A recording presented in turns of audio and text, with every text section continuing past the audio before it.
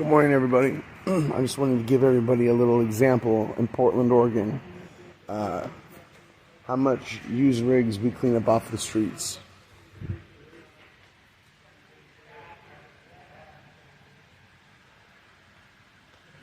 Each one of these is probably 100 pounds. Used rigs only. Used rigs. That whole bag, used rigs. Isn't that incredible? What the fuck? Yeah, you're welcome. God bless you. Wow, it's almost as if the government wants you high and on drugs, so you become passive, weak, out of touch with reality as they gobble up as much power and money as they can for themselves. But yeah, that's just a crazy theory. The government loves you and always takes care of you, said the dolt who doesn't know history. Welcome back, beautiful and amazing human beings. This is Okradowski here of WeAreChange.org. And man, oh man, is there a lot of crazy information to get into today, especially when it comes to the government putting down the hammer. This as some people are fleeing the current party establishment as fast as they can, while other people who question the current status quo are being put in solitary confinement. All of this as major calamity looms near, major escalations, lots of disinformation, lots of propaganda, with now Elon Musk being accused of being a Russian asset. What's going on here? Well, of course, he has a totally different story and version of events here than Vice News, but we're going to get into that. Some very surprising statements by the former Joint Chiefs of Staffs. Lots of crazy things happening today. We're going to get into that, plus a lot more, all here on this independent media outlet. If you like the shirt that I'm wearing right now, you can get it on thebestpoliticalshirts.com, and the clip we played in the beginning of this broadcast is from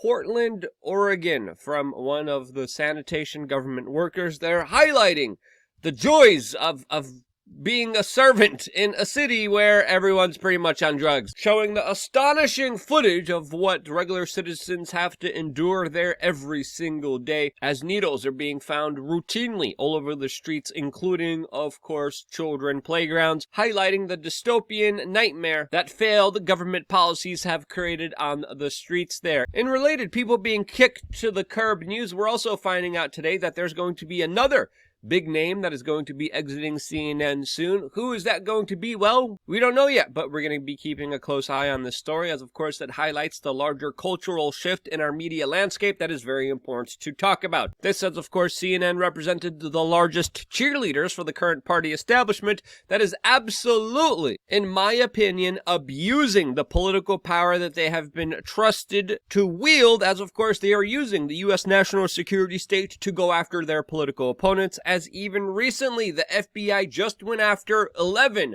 pro-life activists for singing peaceful hymns inside an abortion clinic. They did this 18 months ago. There's videos of what they did. They committed non-violent civil disobedience. Nothing got crazy. No one got hurt. And now the FBI, a year and a half later, is raiding the homes with SWAT teams, putting weapons in the faces of small children in many instances, and breaking down the door of individuals like 73-year-old Chester Gallagher, who was arrested and being charged with federal charges as their Department of Justice is looking for a maximum sentence of many years for, of course, their activism. This, as of course, pro-life clinics are literally firebombed with the FBI not doing anything about it, even though the organization responsible is bragging about this action online, highlighting clear hypocrisy that has led to this moment. Former Democratic presidential campaigner Tulsi Gabbard announcing today that specifically, quote,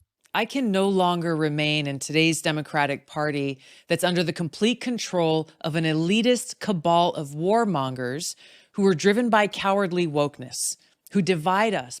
Putting it very plainly that she's sick of a lot of the hypocrisy. Later on, also talking about how the party Democratic establishment is protecting criminals, actively working to undermine God-given freedoms, and weaponizing the national security state to go after their opponents. Gabbard also told other fellow Democrats to join her in leaving the political party, and you can listen to her full statement on her YouTube channel where she went off and talked about this specific issue for over 28 minutes and 34 seconds. And now, because of this video, the first female combat veteran to run for the presidency of the United States is being called a Russian asset by some unhinged lunatics online that are attacking her for daring not to be in her cult anymore, showing you how angry, how vindictive, how petty a lot of the people representing the party establishment could be. This, as it's important to note here that Tulsi Gabbard has been routinely vilified and attacked for daring to, of course, question the larger motives of the current party establishment. What happens when you question the party establishment? Well, in some instances, you end up in jail and solitary confinement like Julian Assange, that right now is going through a major health scare in jail where he is placed in a small cell for 24 hours a day. Assange's wife came out and made a public plea calling out for people to stand up for Julian Assange, that is facing extradition charges for the horrible crime of doing journalism, as of course he is facing 175 years on espionage charges, as he is still involved in legal battles fighting his extradition to the United States of America. And that right there is no justice at all, and then highlights even more hypocrisy by the current party establishment. There's of course a lot more going on behind the scenes that we usually save for and talk about on LukeUncensored.com, our very own platform where we get to say and do whatever we want. We have an alternative to PayPal, so you don't have to use their platform. We now are going to be issuing another alternative that, of course, is going to be a major solution to all the problems that we're facing, as we are now in the stages of setting up the parallel economy, which will make us invincible and unstoppable, which mainly we already are. We could do and say whatever we want on our platform, where you also get 3 master classes surrounding a large number of skills that you could learn, take classes with, whether it's survival, whether it's travel, expatting, whether it's online communications, you name it. Those master classes are available for you as members of LukeUncensored.com, as well as, of course, a forum and new videos almost every single day, only available for members of LukeUncensored.com. If you haven't signed up yet, what are you waiting for? Sign up right now. It's very quick, easy. Click here. Put in your details, put in your information, bada bing, bada boom. You get an email, check your email. You get, of course, the access login details to, of course, our platform, where we are working on building and growing a community, especially through our forum, especially with being able to talk to you guys, that is going to be growing and expanding our ability to be able to help individuals. All of that, plus a lot more, LukeUncensored.com. See you there right after this video. Now, in the making of this video, this picture is making the rounds right now, facetiously, sarcastically highlighting, quote, American tanks preparing for World War III, highlighting some very serious health issues that this country is dealing with. But in all seriousness, there have been a lot of escalations between what is openly a larger proxy war between the East and the West.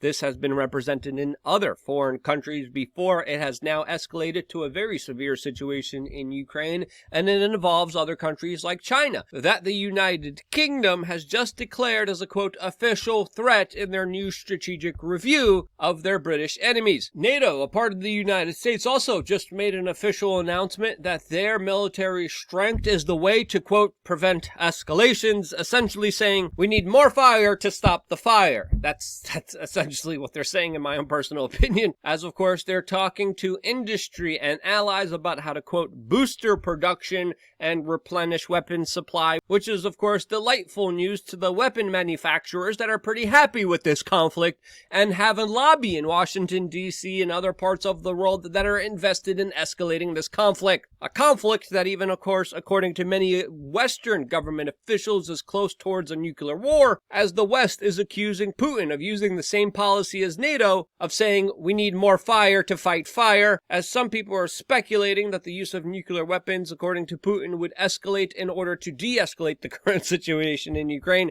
And when you have two parties saying we need to escalate in order to de-escalate, you're headed towards a battle of chicken with freaking nuclear weapons. That to me is absolutely stupid. This is a dumb policy. This, as it looks like Belarus might soon join this conflict, and just like the echoes of World War I, alliances with other alliances build up to, of course, bigger and bigger conflicts, as Belarus is ordering its troops to be tested for combat readiness, as large amounts of Russian soldiers are now also entering the country, which is directly in in the north of Ukraine. Now, with the upcoming winter, this of course will stall a lot of major offenses, and it looks like Russia is going to try to make some kind of move before the major snowfalls that of course will limit the amount of mobility and movement in that country. We're also finding out today that Russia has kidnapped the deputy head of the nuclear power plant in Ukraine. Vladimir Putin also just met with the head of the UAE, as it looks like his alliance with Saudi Arabia is paying off, as of course the United States is talking about decoupling from Saudi Arabia and the US petrodollar. This, as the biggest news today, comes from of course Vice,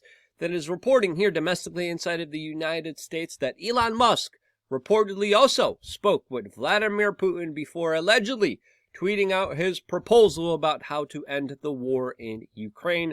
This, of course, is being met with a lot of salacious headlines and a lot of accusations against Elon Musk, also, of course, accusing him of being a Russian asset. Now, Vice News coverage of this is, of course, unfavorable, as, of course, it's important to point out here, Elon Musk actually started a conversation on trying to de-escalate this conflict, doing something that I thought was extremely important to do, extremely necessary. His proposal wasn't perfect. There's a lot of mistakes in it, sure, but at least the conversation started, since, of course, the conversation has been predominantly only dominated with pro-war voices that have been escalating this conflict. And according to some media sources, Putin has ratcheted off his list of demands, and Musk allegedly listened to him and made this proposal, but according to Elon Musk himself, he says he spoke to Putin once, and it was, quote, 18 months ago, which would directly disprove this headline and these unverified messages being sent out by the hipster, yuppie, latte drinking, flip-flop wearing Vice reporters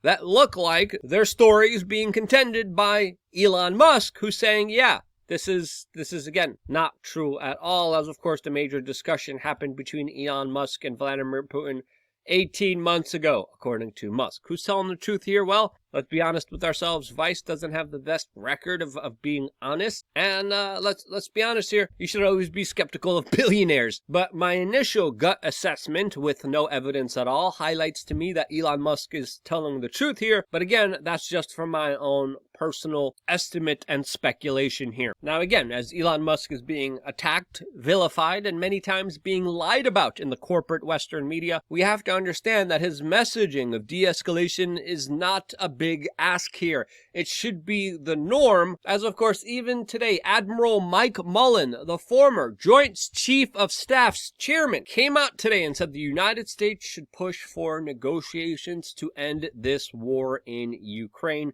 saying specifically that the U.S. State Department head should bring Putin and Zelensky to the table and to have them negotiate a peace deal to stop this larger conflict, which is endangering the entire planet. And again, Admiral Mullen, he's talking about the urgent need for this. And his sentiment is the opposite of the current sentiment of the Biden administration. And of course, if there is going to be a peace deal, it's going to have to represent also the larger parties involved here. NATO, the West, the United States, and Russia need to come to the table and to negotiate a truce, a deal that would stop the innocent lives being lost currently today, which I think would be a net positive for everyone involved here. And it's important to note here that Vladimir Putin even came out and said recently that he would be open to bilateral talks with Biden, which could end this conflict in November of this year for their upcoming G20 meeting. But on the contrary, Zelensky, the president of Ukraine, has just announced that he has ruled out any talks with Vladimir Putin, saying that it's going to be impossible with the current Russian leader, as of course Zelensky is calling for more economic warfare against Russia, more weapons, more supplies that of course will continue this war. And again, as Zelensky's rolling out negotiations, you're going to have to start wondering to yourself why. As of course, I think it's fair to say that we have reached a pivotal point in this escalation that doesn't just endanger the innocent lives in Ukraine. Again, lots of complicated geopolitical strategic situations that are unfolding right now, not just with my home country of Poland, but of course with Belarus, but of course also with Turkey, with China, with Taiwan. There's a lot of things at stake here, a lot of things happening behind the scenes, lots of utter chaos, and to have a conversation only dominated with only more war is a conversation that is foolish. It's a conversation that is going to lead us down some pathways that are absolutely going to hurt a lot of innocent people. And this is why I think more than ever we need calls for the opposite of that. And if you agree, share this video with your friends, family members, random strangers. Your voices, your opinions absolutely matter. Just like we saw with the PayPal debacle, what you think, what you talk about, what you invest in, what you spend your time and money on absolutely matters. Every single action you take does account to something bigger, and this is why we have an organization called We Are Change. If you disagreed with anything that I said or anything that was from my own personal opinion and perspective,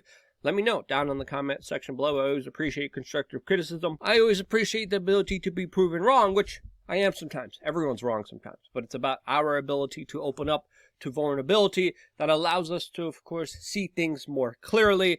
That's what I hope to express here. And this is why you guys helping me be that and do that is why I love you guys. Stay tuned for more here on wearechange.org. One more video coming your way on lukeuncensored.com. See you there right now.